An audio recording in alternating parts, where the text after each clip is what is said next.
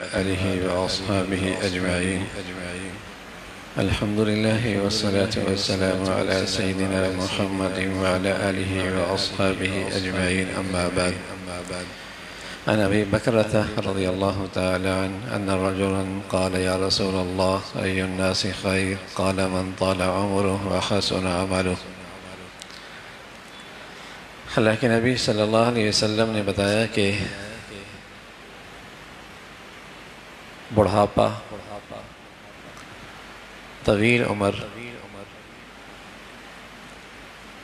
یہ بھی اللہ کی طرف سے بڑی نعمت ہے، بشرط یہ کہ وہ نیکیوں کے ساتھ ہو۔ جس کے پاس سرمایہ زیادہ ہو اور وہ اس سرمایہ سے نفع بھی زیادہ کماتا ہو تو بتائیے نا، یہ سرمایہ رکھنے والا فائدے میں ہے نا، بالمقابل اس کے جس کے پاس سرمایہ ہی کم ہو تو نفع بھی کم۔ تو زندگی کی اوقات سرمایہ ہے، اور پھر اس سرمایہ سے کوئی آدمی نفع اٹھائے تو جتنا سرمایہ زیادہ ہوگا اتنا نفع زیادہ ہوگا، اتنی کمائی زیادہ ہوگی۔ رمضان ہی دیکھ لیجئے، سیزن ہوتا ہے، ایک آدمی کے کاروباری سیزن لگیں، 3 سیزن لگیں، اور ایک کے کاروباری سیزن 10 لگے، تو دونوں کے زندگی کے اسٹیٹس میں بڑا فرق ہوتا ہے۔ اور جب کاروباری سیزن لگتے ہیں تو ہم خود دیکھتے ہیں سب کچھ تبدیل ہو جاتا ہے، لوگ کھارا دار سے ڈیفنس آ جاتے ہیں، بادرہ باز سے کرفٹن آ جاتے ہیں، سوسائٹیاں بدل جاتی ہیں، گھر بدل جاتے ہیں، کاریں بدل جاتی ہیں، بچوں کا اسکول بدل جاتا ہے، غمی خوشیاں بدل جاتی ہیں، دوست بدل جاتے ہیں، سبھی کچھ بدل جاتا ہے۔ سب جانتے ہیں اچھا سیزن لگ رہا، تو کسی خوش نصیب مسلمان کے رمضان کے سیزن لگیں، یہ تو ہو ہی نہیں سکتا میرے عزیزو کہ اس میں بدلاؤ نہ آئے۔ فیکٹری کا سیزن لگے، کارخانے کا سیزن لگے، دکان کا سیزن لگے، تجارت کا سیزن لگے، صنعتکار کا سیزن لگے، تو سب کچھ بدل جاتا ہے۔ اور جس کے جتنے زیادہ سیزن لگتے ہیں اتنا ہی اس کا اسٹیٹس بڑھیا ہو جاتا ہے۔ تو جس خوش نصیب کی زندگی میں کئی بار رمضان آئے اور ہر رمضان سیزن لگا، زندگی بڑی لمبی اور ہر سیزن اور ہر دن قیمتی، تو بتائیے نا وہ تو بڑا اچھا آدمی ہوگا، بہت بڑھیا آدمی ہوگا۔ اللہ کے نبی صلی اللہ علیہ وسلم سے پوچھا کہ یا رسول اللہ، لوگوں میں ای الناس خیر، لوگوں میں سب سے بہتر کون ہے؟ فرمایا من طال عمره وحسن عمله، جس کی عمر لمبی ہو، عمل بھی اچھا ہو۔ بڑھاپے میں ایک وقت ایسا آتا ہے کہ آدمی اس جوانی جیسی عبادت نہیں کر پاتا، تو اللہ اپنے فرشتوں سے کہتے ہیں جو جوانی میں کر رہا تھا لکھتے وہی رہنا، لکھتے وہی رہنا، اس لیے کہ اس بوڑھے کا کمزوری تو میری طرف سے آئی ہے، اعصاب میں کمزوری تو میری طرف سے ہے، صحت کی کمزوری تو میری طرف سے ہے۔ جب تک یہ صحت میں تھا، قوت میں تھا، طاقت میں تھا، شباب میں تھا، جوانی میں تھا، یہ خوب عبادت کر رہا تھا، بڑھاپے میں آیا ہے تو بڑھاپے کی تکلیف کا اجر بھی لکھنا، جوانی کی عبادات کا اجر بھی لکھنا۔ سبحان اللہ۔ تو جوانی نیکی، بڑھاپا نیکی والا ہو، اور نیکی والا نہیں ہو نا، خود تو پریشان ہوتا ہے، پورے گھر والوں کو ہی پریشان کرتا ہے۔ اس لیے کہ بڑھاپے میں ساری توانائی کمزور ہو جاتی ہے، ساری توانائی زبان پہ آ جاتی ہے، یہ سارا میں بولتا رہوں سب سنتے رہیں، اور تلاوت کا مزاج نہیں، اللہ سے بات کرنے کا مزاج نہیں، عبادت کا مزاج نہیں۔ بتائیے وہ بڑھاپا کس قدر خوفناک ہوتا ہے، کتنا تاریک ہوتا ہے، کتنا مایوس کن ہوتا ہے، کس قدر تکلیف دہ ہوتا ہے۔ کرب کا زندگی میں بڑی کرب ہوتی ہے۔ ایسا بڑھاپا، ایسی بڑی عمر جو نیکیوں کے ساتھ ہو. اور بھائی نیکیاں جوانی میں ہوں گی تو نیکیاں بڑھاپے میں بھی ہوں گی نا، صحت میں ہوں گی تو پھر اس میں بھی ہوں گی نا. مزاج ہی نہیں ہے نیکیوں کا تو پھر کہاں بوڑھا تلاوت کرتا ہے، ساری دن اخبار ہی چاٹتا رہے گا، ٹی وی کے سامنے ہی بیٹھا رہے گا، ایسا لگتا ہے اگلا صدر اس نے بننا ہے. ایسے تبصرے بڑھاپے میں. تلاوت کا مزاج نہیں، درود کا مزاج نہیں، ذکر کا مزاج نہیں، دعاؤں کا مزاج نہیں. وہ بیچارہ اس کا وہ بڑھاپا خوفناک ہو جاتا ہے، تکلیف دے. تو اللہ کے نبی صلی اللہ علیہ وسلم سے عرض کیا گیا، یا رسول اللہ ای الناس خیر، سب سے اچھا آدمی کون ہے؟ فرمایا من طال عمر وحسن عمل، لمبی عمر ہو، عمل بھی اچھا ہو. سرمایہ زیادہ، نفع زیادہ، سرمایہ زیادہ، کمائی زیادہ. سرمایہ زندگی کے دن، زندگی کے رات دن، زندگی کا موسم، یہ سرمایہ ہے. یہ بہت زیادہ تو نفع بھی زیادہ، نیکیاں کر رہا. آپ علیہ الصلوۃ والسلام سے عرض کیا گیا، یا رسول اللہ ای الناس شر، لوگوں میں برا کون ہے؟ فرمایا من طال عمر، جس کی عمر لمبی ہو، وسا عمل، عمل برا ہو. اللہ حفاظت فرمائے، اللہ حفاظت فرمائے. جتنی عمر لمبی ہوگی اتنا وبال زیادہ ہوگا، جتنی صحت اچھی ہوگی اور عمل برا ہوگا اتنا وبال زیادہ ہوگا. جتنی دولت زیادہ ہوگی، عمل برا ہوگا اتنا وبال زیادہ ہوگا. جتنا حسن زیادہ ہوگا، عمل جتنا برا ہوگا اتنی وبال زیادہ ہوگا. صحت نعمت، دولت نعمت، زندگی نعمت، عمر نعمت، لمبی عمر نعمت. لیکن یہ ساری نعمتیں اسی وقت ہیں جب ان کے اندر اچھائی موجود ہو، جب ان کے اندر نیکی موجود ہو. ورنہ تو صحت بھی وبال، ورنہ تو دولت بھی وبال، ورنہ تو زندگی بھی وبال، ورنہ تو لمبی عمر بھی وبال.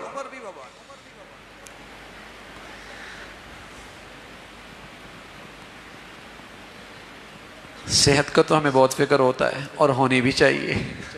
زندگی کی بہت فکر ہوتی ہے اور ہونی بھی چاہیے. ارے میرے عزیزو، نیری صحت، نیری عمر کسی کام کی نہیں اگر اس کے اندر میں نے نیکی کی فکر نہ کی تو.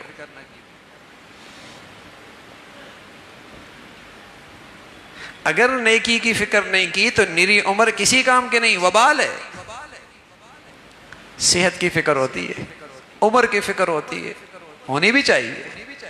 لیکن اس سے بھی زیادہ جس چیز کی فکر ہو کہ میری جوانی نیکی پہ آ جائے، میری صحت نیکی پہ آ جائے، میری عمر نیکی پہ آ جائے، میری جوانی بڑھاپا نیکی پہ آ جائے، ورنہ تو یہ سب چیزیں وبال ہیں.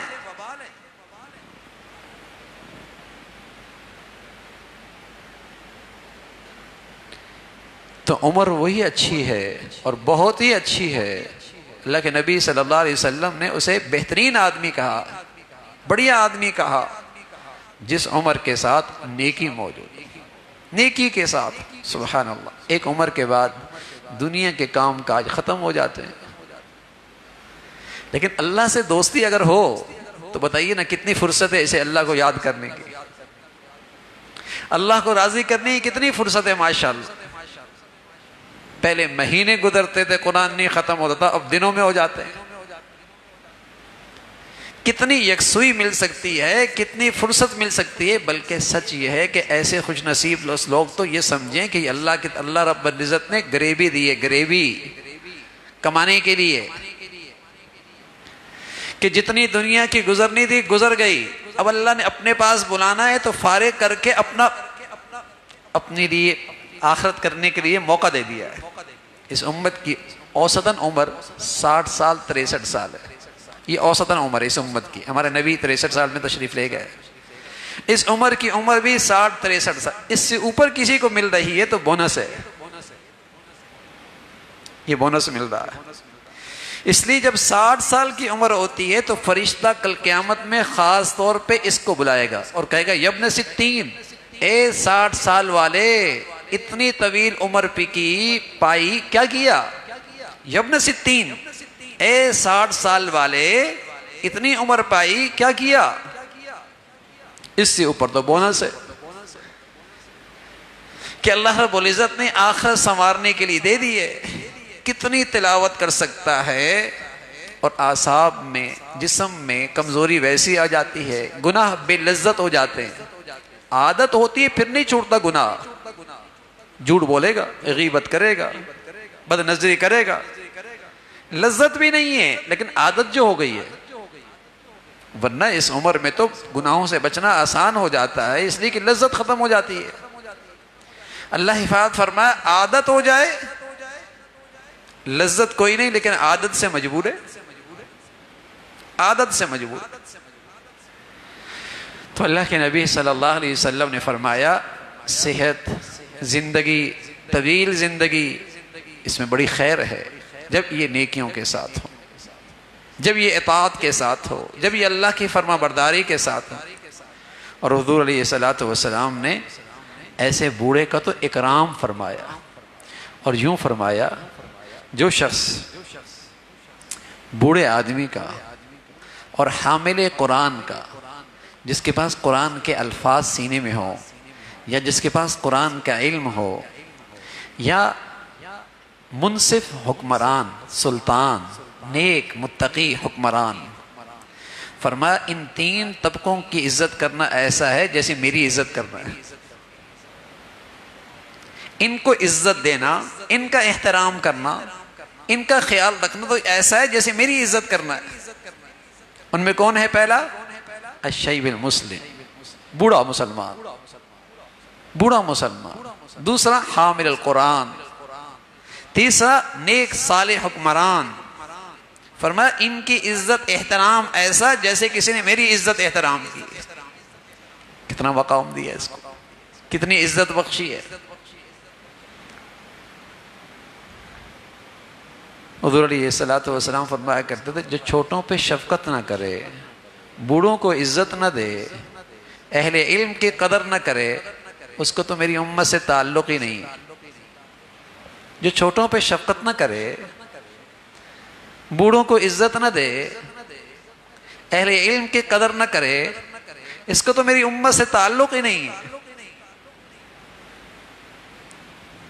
اور سبحان اللہ، اگر بوڑھے ماں باپ ہوں تو کیا ہی کہنے. ان کو عزت دینا، ان کی خدمت کرنا، ان کو راحت پہنچانا، ان سے دعائیں لینا.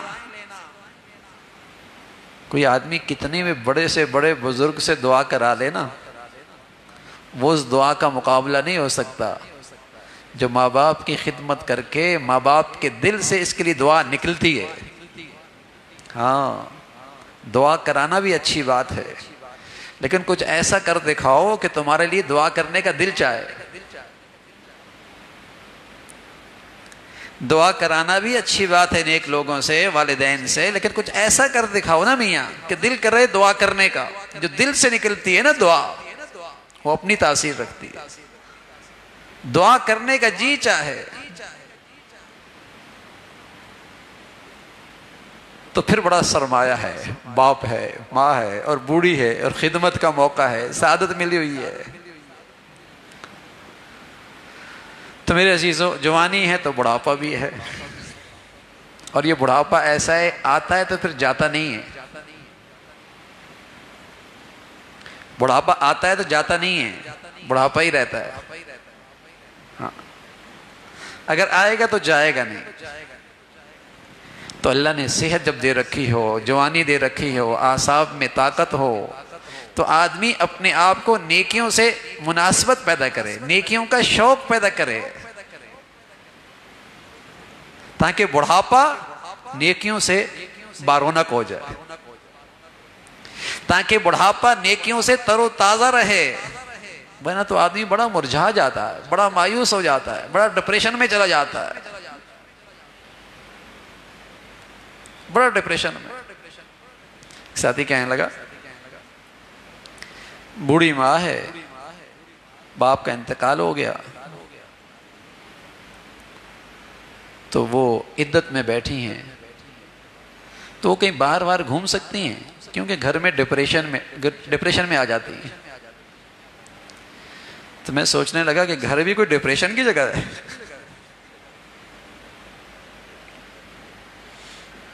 گھر بھی کوئی ڈپریشن کی جگہ ہے.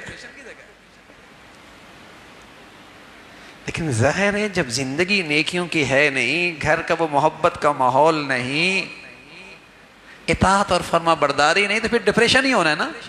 اور خاص طور پہ بڑھاپا میں جب کوئی بھی نہیں پوچھتا اور اللہ کریم سے بھی ہٹا کٹا ہوا ہے، تو پھر ڈپریشن ہی ہونا ہے. حالانکہ سچ یہ ہے کہ جب کاشتکار اپنی کھیتی کی حفاظت کرتا ہے، باڑ لگاتا ہے، بیج ڈالتا ہے، نرم کرتا ہے، پھر اسے سنبھالتا ہے، اور پھر وہ کھیت پروان چڑھتا ہے. اب جب وہ پیلا ہو جاتا ہے اور کٹائی کا وقت ہوتا ہے تو کاشتکار کے چہرے پہ مسکراہٹ ہوتی ہے، خوشی ہوتی ہے کہ میری محنت کا پھل آنے والا ہے، کٹائی ہونے والی ہے، میری محنت کا پھل آنے والا ہے، کٹائی آنے والی ہے، اور میری کمائی کئی گنا بڑھ کر ملے گی. سچ کہہ رہا ہوں، اللہ ہمیں ایسی زندگی دے دے جب بڑھاپا ہوتا ہے اس کے چہرے پہ ایسی تر و تازگی ہوتی ہے، زندگی بھر جو آخرت کی کھیتی کی میں نے حفاظت کی، سنبھالا، اسے پروان چڑھایا، بہت قریب ہے میرے کٹائی کا، پھل ملنے والا ہے، میری کٹائی کا وقت قریب ہے، پھل ملنے والا ہے. اس کی تو خوشی بڑھ جاتی ہے، کٹائی کا وقت قریب ہے.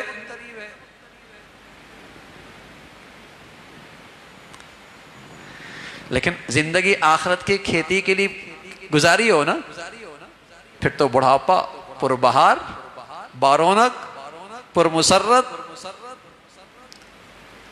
تو ایسے بوڑھے کا بڑے مقام ہے، ایسے بزرگ کا بڑا مقام ہے. اللہ کے ہاں اس کی بڑی قدر ہے. جو اس کی قدر کرتا ہے اللہ کریم اس کی قدر کرتا ہے، جو اس کا احترام کرتا ہے اللہ کریم اس کا احترام کرتے ہیں. اس لیے مسلمان معاشرے میں بوڑھوں کی بڑی رعایت کی جاتی تھی، بڑا خیال رکھا جاتا تھا. ذرا پیچھے جائیے نا، بسوں کا دور تھا، کوئی بوڑھا آ جائے تو جوان کھڑا ہو جایا کرتا تھا، آگے چل رہا ہو جوان، بوڑھا آ جائے تو پیچھے ہو جایا کرتا تھا، احترام ہوا کرتا تھا. لیکن آہستہ آہستہ اب قدر ہی ختم ہو گئی، قدر ہی ختم ہو گئی، احترام ہی ختم ہو گیا. گھر کے بوڑھے کو کوئی نہیں پوچھتا بیچارے کو. تو اللہ کے ہاں اس بوڑھے کی بدر و قدر و قیمت ہے. اللہ رب العزت بھائی نیکیاں نصیب فرما دے، نیکیوں کے ساتھ زندگی عطا فرما دے، زندگی عمر اللہ نیکیوں کے ساتھ عطا فرمائے، اسی پہ خاتمہ نصیب فرمائے، اللہ عمل کی توفیق نصیب فرمائے. اللہم لک الحمد کلو ولک الشکر کلو، اللہم لک الحمد کلو ولک الشکر کلو. اللہم اعنا علی ذکرک و شکرک و حسن عبادتک، اللہم اعنا علی ذکرک و شکرک و حسن عبادتک. نستغفر اللہ و نتوب الیک، نستغفر اللہ و نتوب الیک. سبحان ربک رب العزت عما یصفون وسلام علی المرسلین والحمد للہ.